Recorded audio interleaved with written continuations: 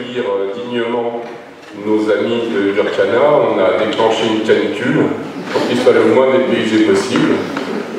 Donc on se retrouve avec un temps à Chambéry, proche de l'Afrique. Donc aux amis du monde diplomatique, on a été très honorés qu'on nous demande de pouvoir faire venir des spécialistes sur l'Afrique. Et donc quand j'ai appelé le monde diplomatique,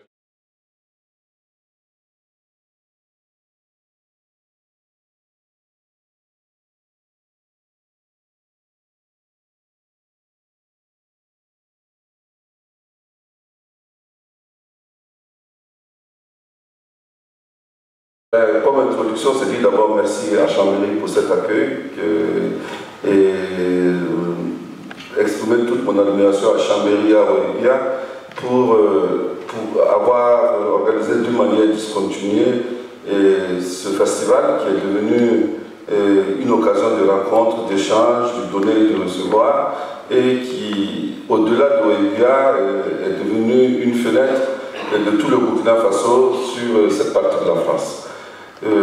Donc, je ne sais pas si on rentre dans le vif du sujet ou après les présentations, non. Mais...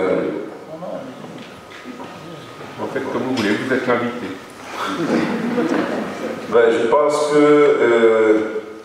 au niveau du Burkina Faso, la question que tout le monde aimerait savoir, c'est est-ce qu'au Burkina Faso, il y a toujours et encore la sécurité?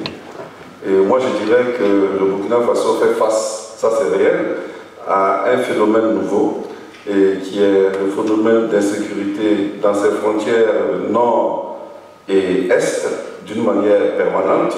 La ville de Ouagadougou elle-même a été sujet et victime, j'allais dire, de 3 attentats spectaculaires, où depuis 2016, effectivement, c'est un problème qui est posé avec beaucoup d'activités. Le Burkina Faso n'est pas particulier parce qu'il faut voir la question sécuritaire un peu plus large que le Burkina Faso. C'est toute la zone sahélienne qui est aujourd'hui aux prises de ce terrorisme. Pourquoi maintenant? Et pourquoi cette zone? Au fil des discussions, nous allons tenter d'apporter des réponses et également répondre à vos questions pour vous éclairer, mais pour vous dire que en final, au Burkina Faso, ce n'est pas plus dangereux qu'ailleurs. Partout, il y a des attentats et c'est devenu un phénomène malheureusement mondial aujourd'hui avec lequel il faut compter et il faut faire confiance à la capacité des Burkinabés, en tout cas, de venir à bout de ce phénomène. Non, mais vous voulez bien me laisser parler aux vrais médias? Oui, mais est-ce qu'on peut voter blanc? Non, mais vous voulez bien me laisser parler aux vrais médias? Oui, mais est-ce qu'on peut voter blanc?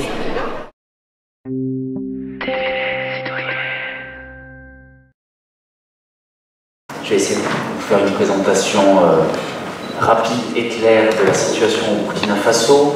On a beaucoup entendu parler de ce pays en France en 2014 lorsque Blaise Compaoré, qui était président depuis quasiment 30 ans, a perdu le pouvoir suite à une insurrection dans la rue. Et puis depuis, on en entend parler de temps en temps lorsqu'il y a notamment des attentats à Ouagadougou. Mais la question de la sécurité ne se résume pas à la question des attentats. Les attentats, je vais vous les rappeler. Janvier 2016, premier attentat vécu par la capitale. C'est une attaque contre un hôtel et un restaurant, 30 morts. Deuxième attentat, août 2017, attaque contre un restaurant, toujours de la capitale, 19 morts, plus de 20 blessés. Et troisième attaque, en mars 2018, double attaque contre l'état-major général des armées et contre l'ambassade de France. On a eu une dizaine de morts, sans compter les assaillants. Toutes ces attaques ont été revendiquées par des groupes djihadistes. Alors je ne vais pas entrer dans les détails des noms de tous les groupes qui sévissent dans la bande saharo-sahélienne, parce que sinon ça demanderait le temps qui m'est imparti pour vous raconter la situation au Burkina Faso. C'est très compliqué, il y a plusieurs groupes qui sont plus ou moins liés. On va dire que ces attaques ont été revendiquées par cette mouvance-là. Mais au-delà de ces attentats, ça c'est le plus visible quand on est en France. Puis il y a tout ce dont on ne parle pas, mais que les Burkinabés et plus globalement les habitants de cette région vivent au quotidien. Ce sont des violences qui peuvent prendre la forme d'assassinats ciblés, d'attaques contre des villages, d'attaques contre des groupes de personnes, d'attaques contre les forces de sécurité, de représailles de la part de groupes armés ou de milices ou de groupes d'autodéfense. Il y a des noms différents. Ces groupes qui ont vu le jour au fil des années et au fil de l'insécurité qui grimpait. Et ça, c'est quasiment au quotidien, ou en tout cas, toutes les semaines, on a une mauvaise nouvelle qui nous vient de deux zones principalement touchées. Le nord, là aussi je ne vais pas entrer dans les détails, si on avait une carte, j'aurais pu vous montrer, mais en gros, on va dire le nord, et l'est. Le nord, c'est la zone qui est frontalière avec le Mali, et notamment avec le centre du Mali. Le centre du Mali, c'est actuellement la zone la plus insécurisée du Mali. On parle beaucoup du nord, mais en fait c'est au centre où il y a le plus d'attaques et le plus de victimes. Et l'Est, c'est la zone frontalière avec tout un tas de pays, le Niger, le Bénin, le Togo, le Ghana, où là aussi, il commence à y avoir une insécurité, notamment au Niger, mais on a vu récemment avec l'enlèvement de 2 Français au nord du Bénin, que les pays dits côtiers de l'Afrique de l'Ouest pouvaient également être touchés. Comment ça se traduit, ces violences? D'abord, je vais faire un petit historique. Quand est-ce qu'elles sont apparues? Au nord, c'est fin 2016. Fin 2016, on a une première attaque qui est menée contre les forces de sécurité, l'attaque de Nassungou, le 16 décembre 2016. 12 soldats de l'armée burkinabé sont tués. Et il apparaît assez vite que cette attaque a été menée par un groupe qui vient de voir le jour dans cette zone, qui s'appelle Ansarul Islam, et qui a été créé par un imam de la ville de Djibo, qui était assez connu parce qu'il faisait des prêches, notamment dans une radio associative, et donc qui était déjà connu et que les services de renseignement suivaient depuis un certain temps parce qu'effectivement il y avait des discours assez radicalisés. Chose importante, ce groupe ne s'inscrit pas, comme tous les groupes de la zone, ne s'inscrit pas seulement dans ce qu'on appelle le djihad global. On n'est pas là pour imposer uniquement une vision du monde qui serait régie par des lois très strictes issues du Coran. On est aussi parfois, et c'est le cas notamment dans Ansarul Islam, dans une forme d'insurrection rurale en l'occurrence, avec parfois des discours qui dénoncent des inégalités, qui dénoncent des privilèges de la part de notables locaux, qui dénoncent un ordre social qui est très cadré et duquel il est difficile de s'échapper, notamment pour la jeunesse. Et ce discours-là, c'est important de le relever parce qu'il explique en partie la raison pour laquelle ces groupes arrivent notamment à recruter parmi les jeunes. En l'occurrence, l'imam qui a fondé Ansarul Islam menait des prêches radicaux à la radio, dans lesquels il dénonçait notamment la mainmise de certains marabouts ou de certains imams, où il dénonçait les privilèges des familles maraboutiques qui se transmettent d'une génération à une autre, et où, en gros, il expliquait que tous ceux qui ne sont pas issus de ces familles, ils n'ont aucune chance quelque part de s'en sortir. C'est assez flagrant dans le nord, et c'est à peu près ce qu'on retrouve dans le centre du Mali. On a deux situations qui se ressemblent beaucoup dans le nord et dans le centre. Dans le nord, de nombreuses attaques ont été menées, beaucoup de civils ont été tués. Parmi les civils tués, ce sont des imams qui s'opposent justement à cette vision-là de l'islam. Ce sont des chefs de famille ou des notables qui, quelque part, font résistance face à l'avancée de ces groupes, et donc ils sont de temps en temps assassinés. Le souci, c'est que pour lutter contre ces groupes, c'est très difficile. Parce que justement, on en parlait avec M. Bewende tout à l'heure, on n'est pas en présence d'une armée régulière, avec des uniformes, avec des galons. On est en présence d'insurrections locales qui sont avec des dirigeants qui, eux, se cachent dans des forêts, souvent, mais avec de nombreux sympathisants qui, eux, vont et viennent du camp, qui se situe donc dans un endroit où on peut se cacher, souvent dans la forêt, au village. Ils vont et viennent. C'est très difficile de lutter contre ces mouvements-là. Et comme ailleurs dans la zone, l'armée a parfois tendance à faire l'amalgame entre tel village où il y aurait beaucoup de sympathisants de tel groupe et et a tendance donc parfois à arrêter des gens de manière indiscriminée, parfois même à tuer des gens. On a eu quelques cas encore rares de ce type au Burkina Faso, rien à voir pour l'instant au Mali, où là il y a eu vraiment beaucoup de cas où l'armée a tué des personnes qui n'étaient que des civils, mais qui étaient amalgamées comme étant de potentiels djihadistes. Ce qui se passe dans l'Est est un peu différent. C'est un peu différent parce qu'on n'a pas un groupe déterminé, on n'a pas eu de revendication. On sait juste qu'on a des groupes dont on ne sait même pas quel est le lien entre les uns et les autres, mais des groupes qui essayent d'imposer un peu leurs lois dans certaines zones, encore une fois rurales, qui sont depuis des années plus ou moins abandonnées par l'État, ou en tout cas où la seule présence de l'État est souvent celle de la force, force de sécurité, gendarmerie, ou celle de l'impôt, avec notamment les agents des eaux et forêts. Il y a quelques écoles, quelques centres de santé, mais c'est une zone, l'Est, qui a été depuis très longtemps abandonnée par l'État, en fait. Et donc on a des groupes qui essayent de s'imposer dans ces zones, qui essayent de régenter la vie des gens. Cela passe parfois par la fermeture d'écoles dites françaises, donc ce sont en fait les écoles publiques, où l'on enseigne effectivement en français. Ça passe par parfois l'imposition de codes vestimentaires, de comportements, de mœurs. Certains bars où des gens allaient boire, notamment de l'alcool, ont été brûlés par exemple.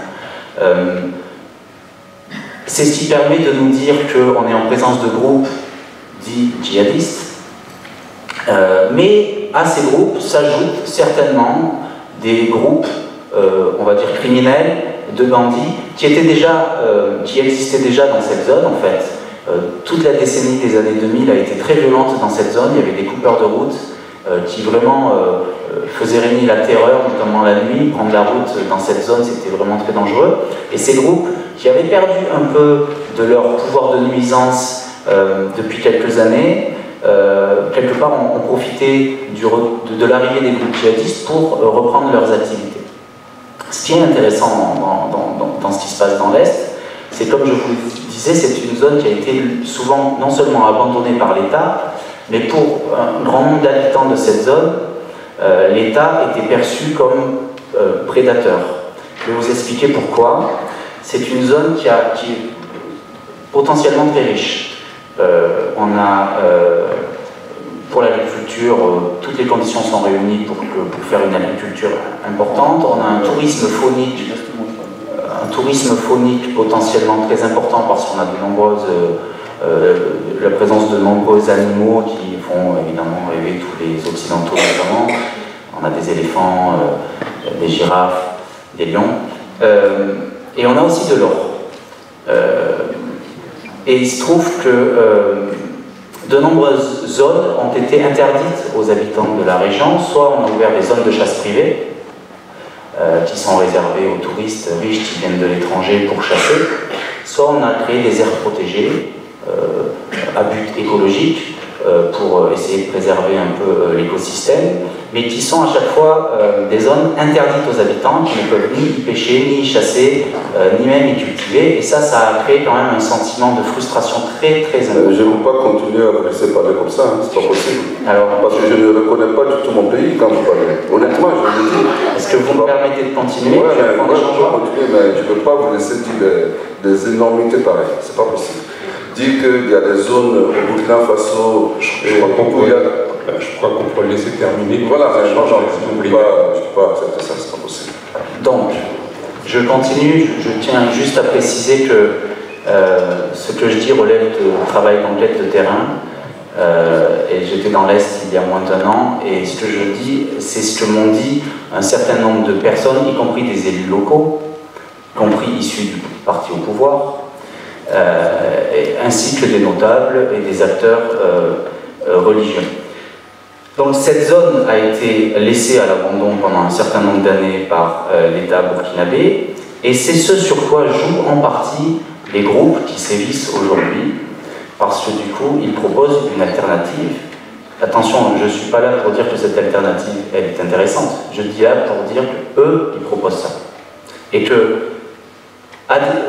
quand on propose une alternative à des populations qui se sentent abandonnées, ces populations peuvent être potentiellement intéressées par ce projet-là. Je vais vous donner enfin pour finir quelques chiffres, et puis après on pourra en discuter. L'ONG ACLED, qui est une ONG qui recense toutes les violences de par le monde, a relevé qu'en 2014, il y avait 5 à 10 événements violents par mois au Burkina Faso. Ce sont des événements qui peuvent relever de tout un tas de natures différentes. En 2019, on est à près de 50 événements violents par mois. Vous voyez un peu l'évolution. Cette même ONG a dénombré 500 morts issus d'attaques terroristes depuis 2015 au Burkina Faso. En mai 2019, il y avait plus de 1900 écoles primaires fermées dans ce pays, essentiellement dans le nord, aussi dans l'est, ce qui représentait, ce qui signifiait que 326 000 élèves étaient privés d'école à cause de l'insécurité. 170 000 déplacés internes dans ce pays, essentiellement dans le nord, un peu dans l'est. Il y en avait 9 000 en janvier 2018. Vous voyez l'évolution. Enfin, et c'est là où c'est important, parce que ce qui se passe au Burkina relève d'une dynamique régionale. Dans l'ensemble de la région, on parle du Mali, du Burkina, du Niger. On a eu entre janvier et mai 2019, donc sur les 5 premiers mois de cette année, 1200 morts causés par les violences des attaques d'ordre, soit terroristes, soit de groupes armés de milices d'autodéfense, et on a plus de 4 millions de déplacés dans cette zone. Je finis en 2 minutes. Ce qui arrive au Burkina Faso est lié à tout un tas de raisons qui seront abordées plus tard. L'histoire du Burkina, l'intervention des puissances occidentales et notamment de la France, qui a joué un rôle important dans cette dérive. Mais il y a aussi les défaillances de l'État burkinabé. En 2012, Laurent Bigot, qui était à l'époque au Quai d'Orsay, au ministère des Affaires étrangères français, disait « Le prochain sur la liste », en parlant du Mali, le prochain sur la liste qui s'effondrera, comme le Mali s'était effondré à ce moment-là, sera le Burkina Faso. Il a été viré depuis, notamment pour avoir dit ça. Et pourquoi il disait ça? Parce qu'il avait bien vu que sous Compaoré, l'État était défaillant, qu'il y avait une grosse corruption, une très forte corruption, et qu'on avait relativement un peu une situation qui ressemblait à celle du Mali, même si pour ma part je pense que l'État est quand même bien mieux organisé au Burkina Faso qu'au Mali et que la corruption y est moindre. Tout de même, on est quand même dans un État qui était défaillant à l'époque et ça a permis cette évolution-là. La deuxième chose, c'est qu'au-delà de l'aspect régional, on est dans un phénomène, une évolution qui se situe sur le temps long. Contrairement à ce que peuvent penser certains, ce n'est pas un problème qu'on résoudra en quelques mois, parce que, en fait, c'est le fruit d'une situation qui perdure depuis des années, voire des décennies. Ces violences-là ont été amenées petit à petit par des déficits en matière de services publics, en matière de développement, qui ont fait qu'aujourd'hui on est dans une situation où tout explose et où ça risque de durer un certain temps et où les solutions, personne pour l'instant... C'est ce que je voulais préciser. Oui, et donc, moi je voudrais amener, après l'exposé de Rémi, d'abord me dire que je suis content d'être à Chambéry, parce que pour moi Chambéry est une ville importante au niveau de la coopération franco-burkinabé. Et depuis longtemps. Et donc, avec Michel qui est présent, on se connaît depuis longtemps parce que moi je crois que cette coopération est absolument nécessaire et très insuffisante de la part des pays du Nord. On a pris les richesses, on a eu le colonialisme, l'esclavagisme, on a pris les richesses, on continue à les prendre, et la coopération, l'aide française au développement, elle ramène surtout de l'argent au Nord, et pas suffisamment au sud. Mais Chambéry, justement, et un certain nombre d'autres villes, constituent des exceptions en ayant cette coopération que je voulais saluer au départ. Alors après, justement, je voulais parler un petit peu des responsabilités et de l'histoire. D'abord des responsabilités de nous, le Nord.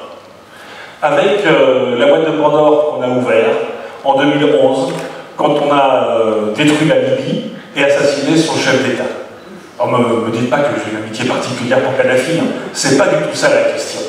Mais c'était un État qui existait, qui avait une certaine stabilité, et que quand ça a commencé, avec un certain nombre d'autres, moi en tout cas j'ai écrit à ce sujet, en disant on ouvre une boîte de Pandore, et c'est toute la sous-région qui va être déstabilisée. Et effectivement, c'est ce qui s'est passé. C'est toute la sous-région qui a été déstabilisée, pas chronologiquement au même moment. Ça a commencé avec le Mali d'abord. Alors c'est vrai qu'on parlait tout à l'heure, il y en a peut-être, l'Algérie est aussi une des causes de ce qui se passe au Burkina Faso, avec le fils, enfin il faut faire des histoires, c'est important. Et donc, quand on a donc détruit l'État libyen et assassiné Kadhafi, et qu'on a permis que des dizaines de milliers d'armes se répandent dans toute la sous-région, c'est facile, un Kalachnikov ça coûte à peu près 250 000 à 300 000 francs au Burkina Faso. D'après ce que je sais, l'information que j'ai, peut-être que le maire pourra me donner. Voilà, donc c'est facile de trouver des armes, parce qu'il y en a partout, et puis des gens désœuvrés, pour des causes, effectivement, éventuellement, d'États qui ne peuvent pas répondre à tous les besoins de la population et de la jeunesse, mais aussi parce que certains, tout simplement, ont été libérés par ça. Et les armes que la France parachutait, par exemple, sur Benghazi, elles tombaient, et c'était de notoriété publique, directement dans les mains des djihadistes islamiques. Ils se frottaient les mains. Voilà, donc ça c'est une des raisons sur lesquelles nous sommes responsables en partie de ce qui se passe. Alors, en quoi aussi nous sommes en partie responsables? Parce que moi j'ai envie, bon, c'est bien qu'on ait parlé des responsabilités de l'État burkinabé, on y reviendra. Mais j'ai envie aussi de parler de nos responsabilités à nous. Parce que quand on soutient des chefs d'État comme Compaoré, justement, ou comme, parce que c'est un jour ça va tomber là-bas aussi, on dira, ah, là-bas aussi, le Tchad. Quand on envoie les avions français bombarder des rebelles tchadiens qui luttent contre un gouvernement que je qualifie moi personnellement de dictatorial, celui d'Idriss Déby, qui est notre grand ami, ben, quand l'aviation de Barkhane fait ça, à mon avis, elle ne fait pas son rôle de lutte contre le terrorisme, mais elle va créer un nouveau foyer du terrorisme lorsque ben, ça se déstabilisera un peu plus au Tchad. Quand il y a eu les événements, on pourrait remonter, parce que Blaise Compaoré, il faut quand même se rappeler, c'était notre chef d'État. Il était bien, on l'aimait beaucoup, Blaise Compaoré. On oubliait ce qui se passait, on oubliait qu'il avait trafiqué les diamants pour soutenir les rébellions sanglantes en Sierra Leone et au Liberia. Ça fait partie des défaillances de l'État burkinabé, ça. On oubliait qu'il était notre allié pour soutenir les forces nouvelles de Côte d'Ivoire, c'est-à-dire celles qui ont permis de porter au pouvoir l'actuel président de Côte d'Ivoire, où la situation n'est pas reluisante, hein. On ne peut pas dire que c'est stable en Côte d'Ivoire. La réconciliation n'a pas encore eu lieu, et je ne souhaite pas de malheur à la Côte d'Ivoire, mais je suis inquiet aussi pour ce pays. Et donc quand nous avions comme grand ami Blaise Compaoré, à tel point qu'il pouvait se prévaloir de dire qu'il pouvait éventuellement prétendre avoir le prix Nobel de la paix en 2012 ou en 2013. Ça me fait un peu sourire dans les milieux qui s'occupent de l'Afrique. Bon, donc quand on ne dit rien par rapport à tout ça, quand éventuellement on soutient, eh ben, on participe d'une certaine façon à la déstabilisation de l'État burkinabé. Parce que ce dont je viens de parler, ces trafics qui avaient lieu au moment de la Sierra Leone, au moment du Liberia, au moment de la Côte d'Ivoire, eh ben, ça déstabilisait la société burkinabé. Je vous assure, moi j'appelle de 87 cette société. Elle a bien évolué, et malheureusement, pas dans le bon sens. Puisque les questions d'argent, les questions de s'enrichir, en fait, etc., ont pris davantage de poids qu'auparavant, mais un certain nombre de valeurs qui faisaient, qui étaient une des caractéristiques de la société burkinabé, et qui restent quand même une des caractéristiques. Voilà ce que je voulais dire par rapport à ces causes extérieures. Alors évidemment, après... Oui. Oui, bah oui, c'est vrai qu'on a tendance à être long, mais parce que c'est pas si facile de comprendre ce qui se passe. parce qu'en même temps, Rémi disait, il lutte contre l'école française, enfin, etc. Boko Haram, vous savez ce que ça veut dire? C'est l'école impure, c'est l'école des Blancs, c'est la même chose, la même base de lutte qui se fait. Alors effectivement, là, il y a le terreau, disons, djihadiste qui essaye de percer. Mais il faut voir donc ces causes sociales internes et ces causes extérieures qui continuent d'ailleurs aujourd'hui, malheureusement. On pourra parler après justement de l'or du Burkina, des sociétés qui exploitent l'or au Burkina et tout, et des problèmes que ça amène, de mon point de vue, au Burkina. Bien, merci, mais excusez-moi de vous avoir interrompu tout à l'heure, mais bon, je ne pouvais pas laisser dire que dépeindre le Burkina Faso comme ça, parce que je suis un pur produit du Burkina. Je suis rentré à l'école au Burkina, je n'ai jamais quitté le Burkina, jamais étudié ailleurs, toujours étudié au Burkina. Et donc je peux me dire, je le connais très bien. Et dire que, et puis je suis surpris de votre analyse, parce que surtout quand vous trouvez de la virtuosité aux terroristes, et vous trouvez beaucoup j'allais dire, de manque de responsabilité aux forces de l'ordre. Et quand vous décrivez Amadou Koufa comme étant quelqu'un qui se fonde sur le déficit de la présence de l'État pour justifier ce qu'ils font, mais je trouve que ça c'est très dangereux. Et c'est très très dangereux. Et je comprends pourquoi aujourd'hui ces gars-là ont un certain relais à l'international. Je connais très bien le monde diplomatique. Parce que moi-même j'ai été libraire, c'est un journal que je respecte et que j'ai en collection. Et dire aujourd'hui, trouver des excuses à ces bandes armées qui ont perdu tout humanisme et qui attaquent des femmes, des enfants, qui ne font pas de détails, trouver qu'il y a un fond qui puisse justifier cela, je dis non.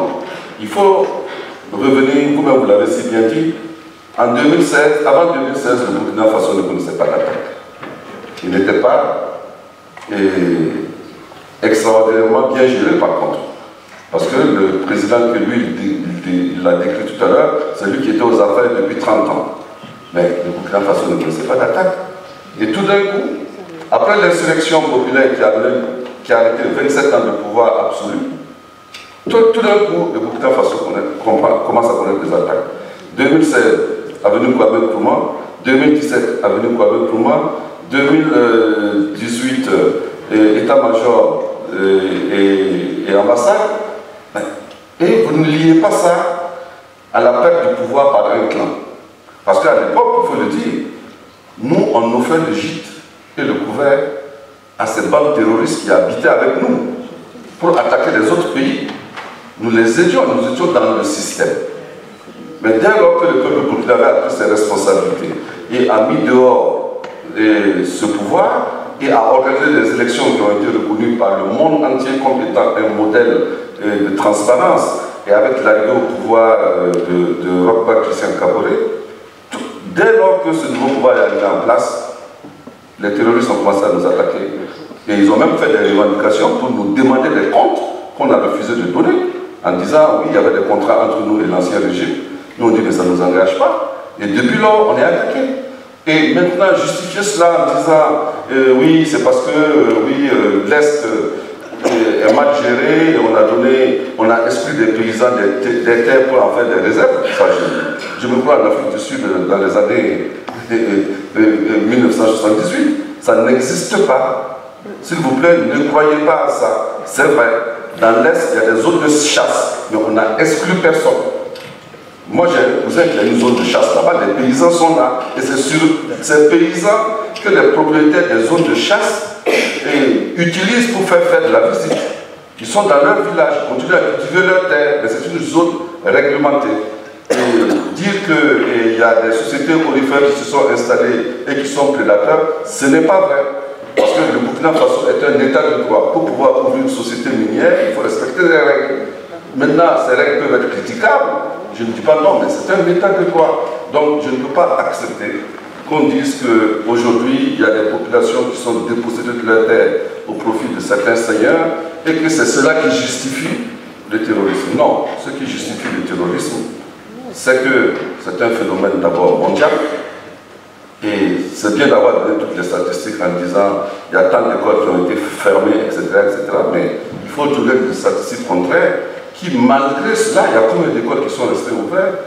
On a eu la prouesse d'organiser des examens de fin d'année cette année, et dans plusieurs localités où on ne pensait même pas pouvoir les organiser. C'est cela qu'il faut regarder, c'est le train qui arrive à l'heure qu'il faut regarder, pas seulement ceux qui arrivent en retard.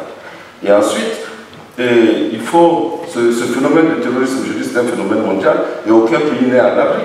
Faites comparaison n'est pas raison, mais si vous prenez les attaques qui a eu lieu en Europe, citez-les. Et en Afrique du Nord, citez-les. Donc c'est pour dire qu'aujourd'hui nous sommes face à un phénomène contre toute l'humanité, et où chacun doit assumer ses responsabilités.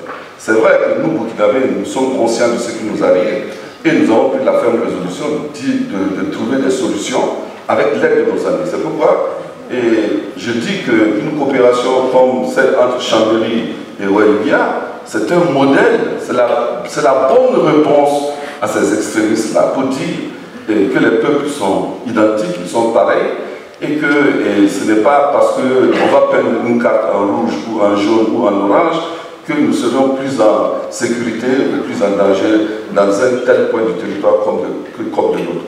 On peut bien exploser dans un attentat, dans un café à Paris ou à Lyon, que dans une rue de N'Djamena ou de Niamey ou de Ouagadougou. Donc c'est pour dire que nulle part nous sommes à l'abri de l'excès de ces extrémistes-là. Et dire enfin que ce qui est venu exacerber cette insécurité, c'est effectivement le problème libyen. Parce que la Libye, il ne faut pas l'oublier, c'est vrai, Kadhafi, ce n'était pas le grand démocrate à l'occidental, mais c'était quand même un pays qui était gouverné, l'éducation était gratuite, tout le monde travaillait, il y avait un seul maître, c'est Kadhafi, mais c'est comme ça leur culture, c'est pas autre chose. La Libye, c'est des tribus, c'est pas une nation. La Libye est composée de plusieurs tribus avec des chefs de tribus, et un homme est arrivé à fédérer ces tribus et en a fait un pays. Mais il n'en a pas fait une nation. Les Libyens étaient heureux comme ils étaient. Malheureusement, à un certain moment d'une contradiction de leur histoire, l'Occident a intervenu et a désorganisé tout ça. Et la Libye était super armée, super armée, et c'est devenu un marché d'armes à ciel ouvert où vous êtes assez cher pour les armes. Une Kalachnikov, c'est 75 000 francs CFA, 150 €. Ça dit que vous le trouvez dans le nord du Burkina Faso, et les armes, ça se vend comme des petits pains. Et ces bandes armées-là, il faut remonter dans l'histoire, à l'Algérie, au FIS. En Algérie, ils ont connu la même chose. Et ils ont réduit le terrorisme jusqu'à la frontière du Mali. Il y a des seigneurs qui règnent là-bas, qui font du trafic de toutes sortes, qui veulent aujourd'hui justifier leur existence par la création d'un territoire. C'est ce qu'il faut dire. Ils veulent créer un territoire dans la bande sahélo-sahélienne où ils vont être reconnus par les Occidentaux et dire nous allons créer un État en prenant toute cette zone-là. C'est pourquoi je dis il faut voir qu'est-ce qu'il y a réellement derrière. Et si nous nous laissons, j'allais dire, dans l'illusion de croire que ces bandes armées ont une bonne raison de prendre d'attaquer d'une manière et de traumatiser des populations paisibles, et ce serait vraiment grave. Et les premières cibles aujourd'hui de ces attaques-là, ils veulent créer une désunion sociale. C'est-à-dire qu'ils instrumentalisent les populations les uns contre les autres. Dans toute cette zone, personne n'a jamais entendu parler depuis des millénaires de problèmes religieux, de problèmes ethniques. Ça n'existe pas. Mais qu'est-ce qui se passe aujourd'hui? Ils passent par les populations les plus fragiles, en les utilisant contre d'autres populations, et ils font en sorte de donner la sécurité à une couche de la population qu'ils utilisent pour attaquer les autres populations qui sont sédentaires. Et la réaction normale, c'est de passer à la stigmatisation pour dire c'est les peuples qui viennent nous attaquer, donc nous, tout ce qui est peuple, on s'en méfie. Donc on crée la méfiance dans la population. Et c'est le piège dans lequel nous, en tant que responsables, nous ne voulons pas tomber. Ils attaquent des églises, ils attaquent des temples protestants, ils attaquent des mosquées modérées. Donc tout cela, c'est pour opposer, amener la population à s'opposer entre elles. Et nous, il faut que nous puissions garder cette lucidité pour ne pas tomber dans les travers et dire que c'est les échanges qui sont entre nous qui peuvent être la bonne réponse à ce terrorisme. Merci. Je remercie donc le maire de Ouagadougou qui a plus ou moins quand même montré la situation réelle donc, qui existe au Burkina Faso. Le correspondant donc, du monde diplomatique au Burkina effectivement aussi a brossé de façon assez correcte quelle est la situation réelle. Moi je ne peux pas revenir dans des problèmes de géopolitique. C'est vrai que j'ai été un tout petit peu frustré par les propos de mon voisin de gauche. Moi je suis burkinabé, et je suis né, c'est vrai, je ne suis pas resté seulement au Burkina, mais quand vous dites que l'Est est une zone riche, non, l'Est n'est pas plus riche que l'Ouest du Burkina. Quand vous dites que c'est une zone aurifère, je dis non, je suis le maire de la commune de Ouagadougou au nord, et la société Karma SA, en plus de Isekal, sont les deux plus grandes mines. Alors quand vous dites que c'est des riches, comment on appelle, vous dites qu'on a cherché les paysans, non, on n'a cherché aucun paysan. Les zones de chasse existaient au Burkina depuis la nuit des temps. Et ce sont, que ce soit les pisteurs, que ce soit ceux qui y travaillent, ceux qui montrent aux Européens qui viennent pour la chasse, ils ont toujours eu un certain nombre de revenus. Ça n'a jamais été posé comme problème. C'est vrai, quand vous dites qu'il y a des zones où effectivement il y a des difficultés, il y a des difficultés pour scolariser les jeunes, ça n'a pas commencé hier. Est-ce que vous comprenez? Moi, très sérieusement, je crois le monde diplomatique comme un très sérieux. Moi, je me disais, quand j'étais étudiant, je suis un peu étonné parce que vous savez que votre société, vous n'êtes pas comme nous. Parce que tous ceux qui sont là, c'est très important pour eux ce qu'on écrit. Alors, ce que vous venez de dire, quelqu'un qui est assis dans son salon, qui va voir ça, il dit, écoutez, l'État est défaillant. Alors voilà pourquoi les djihadistes ont pris un certain pas sur la situation militaire. Je dis non. Par exemple, si je veux parler de Ouagadougou, ma commune, qui est située au nord, c'est vrai qu'au Burkina, depuis un certain nombre d'années, nous faisons face à des attaques. Il y en a eu près de 200. Et nous savons ici, naturellement, ceux qui sont morts, il y a eu beaucoup de blessés. Mais n'empêche, ces derniers moments, vous avez entendu que des églises sont attaquées. Mais avant que les églises ne soient attaquées, c'était les mosquées qui étaient attaquées. Donc vous comprenez que ce qu'ils veulent, c'est que nous, les simples citoyens, que nous puissions vivre, et comment on appelle ça, que nous ne puissions pas donc nous entendre. Je peux vous dire que dans ma commune, qui compte 100 000 habitants, les dernières attaques, que ce soit des églises ou des mosquées, n'ont pas entamé la cohésion sociale. Nous vivons comme si de rien n'était. Nous avons une certaine résilience par rapport à ces problèmes. Tous les examens de fin d'année se sont passés dans des conditions mais acceptables. Que ce soit le CEPE, le BPC et le baccalauréat, il n'y a eu aucun problème dans la commune de Ouagadougou. Alors il faudrait que nous, ce qui est très important ici, et là je salue donc la coopération qui existe entre la commune de Ouagadougou et Chambéry, ce que nous cherchons aujourd'hui, c'est comment vous pouvez nous aider et à pouvoir donc nous entendre et à lutter contre le djihadisme, qui est naturellement, écoutez, un phénomène international.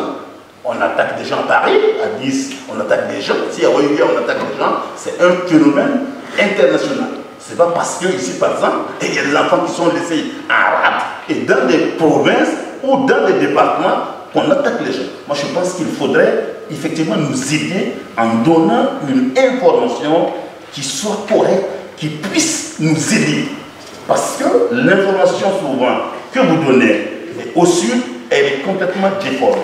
Bien sûr, personne n'est enfant, il a un certain nombre d'intérêts qui sont cachés et pas derrière.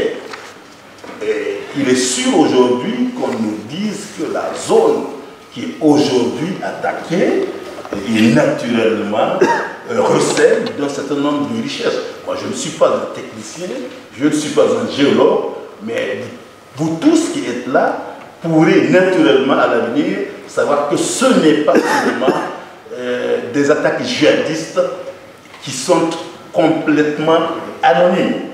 Donc, je pense que ce que nous pouvons faire ici aujourd'hui, vous, du Nord et nous du Sud, c'est comment faire pour qu'il y ait une coopération qui puisse nous aider, qui puisse vous aider. Parce qu'en réalité, si nos pays vivent en paix, vous n'allez plus voir tous ces jeunes, tous ces enfants, toutes ces femmes qui prennent la mer et qui viennent donc vous inviter ici. Donc nous avons intérêt à avoir une coopération sincère, une coopération dynamique, une coopération de développement qui puisse faire en sorte que nous puissions ensemble vivre en paix. Parce que vous le voulez ou pas, le monde là c'est devenu un village, comment on appelle ça, un village planétaire, que si nous on n'est pas en paix, vous ne serez jamais en paix. Ça c'est clair, moi je n'invente rien, c'est vous-même vous le savez.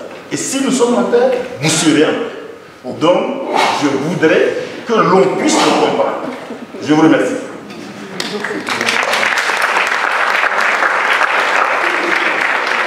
Donc on a le choix maintenant, soit la salle pose des questions, où on laisse nos interlocuteurs dialoguer, parce que le Burkina Faso en 3 quarts d'heure, compte tenu de la complexité.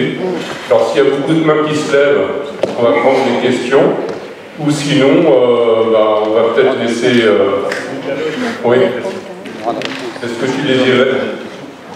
Non. En attendant la première question, juste, je voudrais préciser, d'abord, je ne parle pas au nom du monde diplomatique. Moi, je suis journaliste indépendant.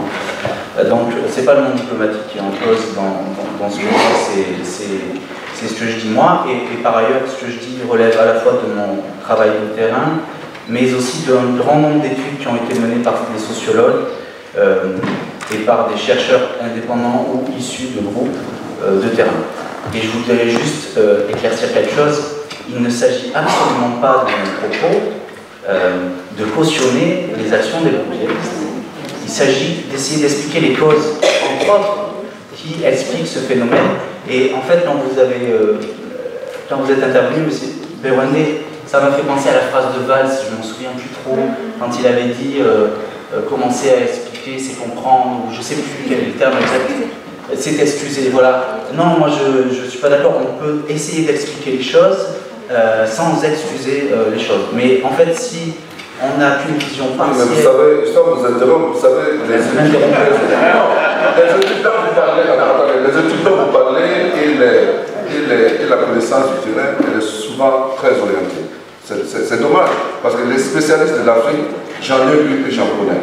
Et souvent, c'est orienté dans un prisme où on veut montrer l'Afrique sous une certaine lumière. Mais les gens qui sont dans la coopération décentralisée ici, quand ils fréquentent le terrain, ils savent que c'est pas comme ça, c'est pas dit comme il a dit tantôt, comme à la télé. Donc, les études sur lesquelles vous appuyez, si c'est cela vos observations, moi je ne fais pas de la politique politicienne, mais ce n'est pas exact. Je regrette. Je sais pas que vous avez vos données, mais c'est pas vrai. Vous ne pouvez pas dire qu'à l'est du Burkina Faso, on dépossède des terres à des paysans. Je ne l'ai pas dit. Ah non, vous avez dit ça, vous avez dit qu'on chasse des paysans pour en faire des réserves. Je vais juste préciser sur ce point. C'est pas vrai. Je n'ai jamais dit que des gens avaient été chassés de leurs terres. J'ai expliqué que les villageois sont interdits de chasser dans les zones de chasse qui sont réservées. Non, les zones de chasse c'est interdit à une saison pour tout le monde. Puis il y a la chasse qui est ouverte et qui est fermée. Et quand la chasse est ouverte, et si c'est une zone qui a été donnée en concession, elle est réglementée. Donc ce n'est pas interdit, c'est pas vrai. Je sais pas si vous avez des questions. Oui, je crois que Rémi a énormément de défauts, mais bon, je crois qu'il s'appuie sur des études sérieuses, et il ne fait pas de politique, il n'a pas d'intérêt particulier dans le pays. Bon, si on désire prendre des questions, est-ce qu'il y a des micros qui circulent? Comment ça fonctionne? Ah, il y a un micro qui circule. Il y avait des mains qui étaient levées depuis longtemps au fond. De la radio La Voix du Paysan à Waïbouya. Voilà, donc il participe depuis plusieurs années donc, au festival La Fibala. Ben, merci pour la thématique de cette conférence.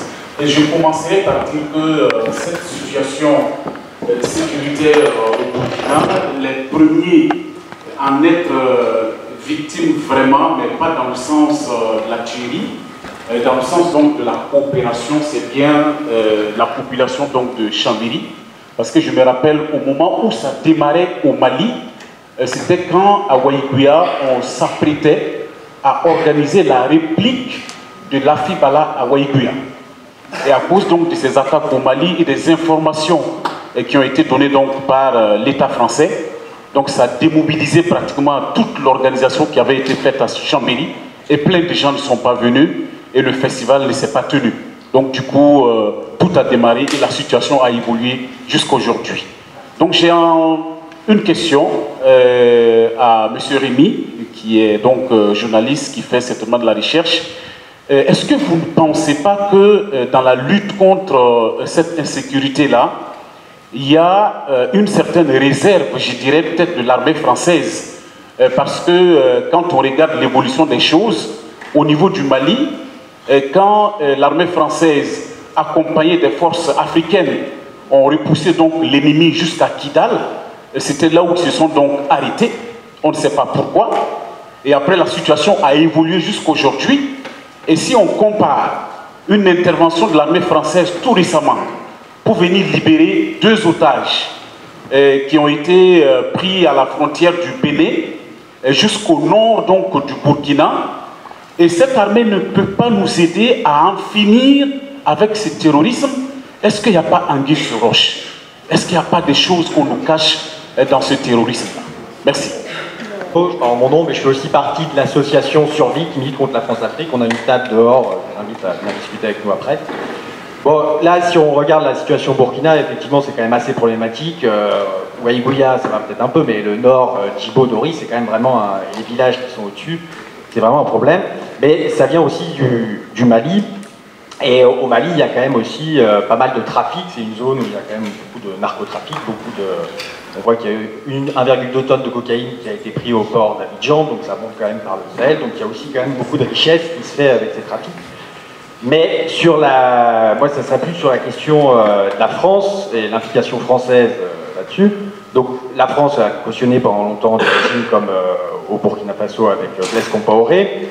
Soutien ATT au Mali, certaines fois, je pense qu'il pourrait faire le service minimum, ce qui n'est pas fait. On voit encore les élections la semaine dernière en Mauritanie, où le président qui a été décrété vainqueur, mais alors c'est une évidence qu'il n'a jamais gagné les élections. Les urnes étaient bourrées, truquées. Et qu'est-ce qu'a dit le Quai d'Orsay? Oh, parfait, très belles élections, un climat apaisé. Et quand la France continue à soutenir des dictateurs africains, bah, je pense que ça fait vraiment reculer la démocratie. Et il faudrait arrêter les coopérations militaires et policières avec les régimes dictatoriaux. Et aussi soutenir la société civile, mais aussi quand on voit les contrats miniers au nord du Burkina Faso, il y a quoi, 10% des bénéfices qui revient au pays et 90% qui repartent dans des multinationales anglo-saxonnes. Donc ça aussi, j'ai pas mal d'idées qui me viennent par la tête, mais c'est quand même des vrais problèmes, quoi. Et quand même, Chérif Sy, le nouveau ministre de la Défense du Burkina Faso, a quand même allumé assez fort l'armée française, qui n'a pas été très appréciée à Paris, en disant qu'il aimerait bien que ce soit l'Afrique du Sud et que ce soit les Africains qui gèrent leurs problèmes et pas toujours les Européens qui viennent les gérer, parce que finalement, l'intervention en Libye, mais aussi au Mali, finalement, on ne sent pas vraiment le Sahel apaisé au jour d'aujourd'hui.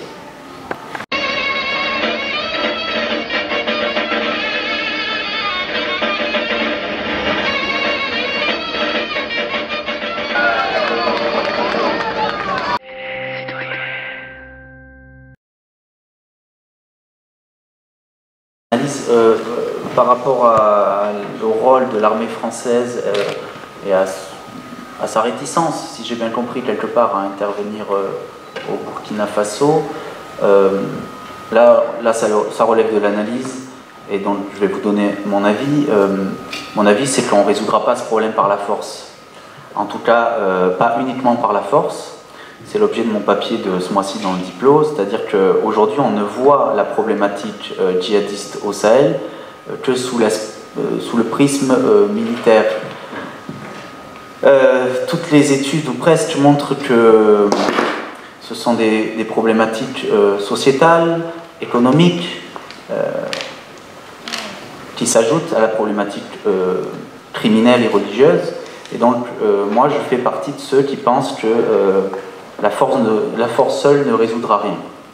Quant aux réticences de l'armée française à éventuellement intervenir, à aider l'armée burkinabé à combattre ces groupes, je n'ai pas d'informations Pour expliquer cela, peut-être que tout simplement les autorités burkinabées préfèrent essayer de régler le problème elles-mêmes. Je ne sais pas, au Mali, on sait que l'intervention française a été menée à la suite de la demande du président malien. Il serait peut-être intervenu sans, hein, je ne dis pas le contraire, mais s'il y a une volonté politique des autorités nationales d'être aidées par l'armée française, je pense qu'il n'y a pas de frein à ce qu'elle intervienne là. Donc je ne sais pas, peut-être M. Bewende a la réponse à cette question. Est-ce que les autorités burkinabées ont vraiment envie que l'armée française intervienne sur tout le territoire de leur pays? Moi je ne sais pas ce que répondra la maire de Ouagadougou à cette question. Moi je voudrais répondre effectivement à essayer de prendre de la hauteur. C'est pas si simple de prendre de la hauteur parce que les intérêts sont très disons diffus et ils changent.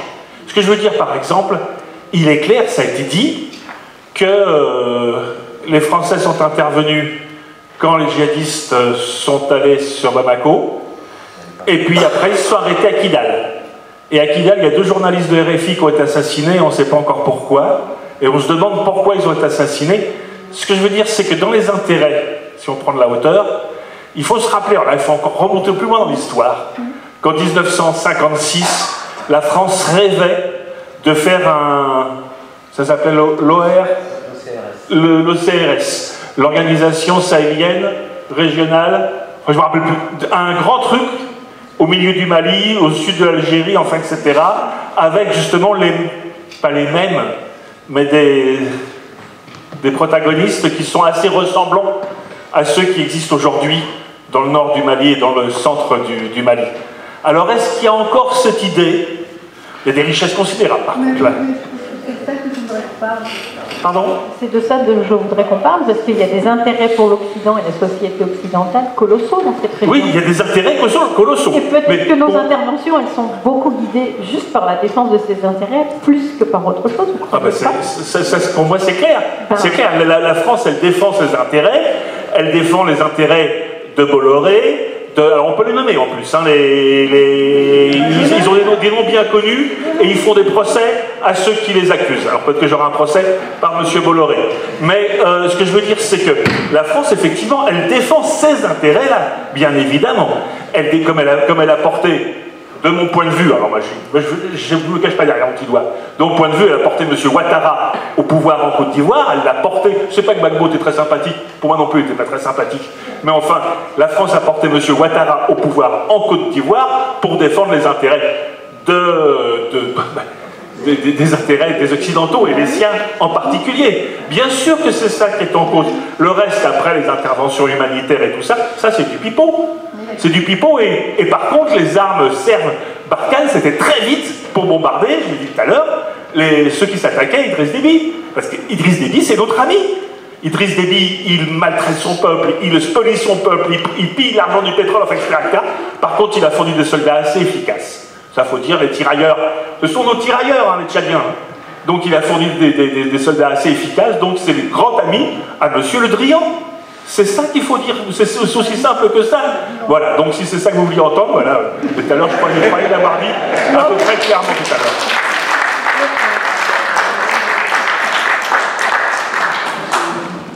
Monsieur Carayol et moi, nous sommes d'accord. La force seule ne peut pas anéantir le terrorisme. Là, on est complètement d'accord. Il faut enlever les arguments au terrorisme même de pouvoir naître. Donc c'est pour répondre, pour dire la France, les États-Unis et tout ça. Non, c'est nous d'abord, les Africains, qui devons nous prendre en main, qui devons savoir ce que nous voulons. Mais si nous avons des richesses qui intéressent tout le monde et que nous ne savons pas les gérer, mais ne nous plaignons pas que les autres viennent. C'est naturel, c'est normal. Moi, je ne suis pas de ceux qui me lamentent, oui, la colonisation et tout ça. Oui, c'est vrai, c'est notre histoire, mais c'est du passé. Et de ce passé-là, nous devons pouvoir tirer aujourd'hui des leçons pour dire que on n'est pas moins intelligent que les autres. Donc, pour nous prendre en main et savoir comment faire nos accords de coopération dans l'intérêt de nos pays. Donc, je ne peux pas rentrer dans le débat de dire pourquoi la France n'intervient pas plus, pourquoi elle n'intervient pas moins, mais qu'est-ce que nous faisons? C'est ça. Donc je pense que c'est trouver des solutions intérieures et à l'Afrique pour résoudre la question et qui va nous amener à avoir une solution définitive à cette question. Maintenant, en comptant simplement sur les autres, en disant ils sont plus forts, c'est eux qui peuvent vous aider, on ne va pas y arriver. Parce que même pour l'apartheid en Afrique du Sud, pour que ça puisse prendre fin, il a fallu que les Sud-Africains s'assument. Avec l'aide maintenant du courant international de cette solidarité qui s'est formée autour, pour pouvoir arriver à bout. Donc, moi je suis d'accord, et ce n'est pas simplement la force qui est la solution est dans les politiques de développement, la solution est dans la coopération décentralisée, la solution ce n'est pas de faire des cartes avec des zones rouges, des zones vertes et des zones oranges, la solution c'est que les humains se parlent entre eux et que la vertu l'emporte.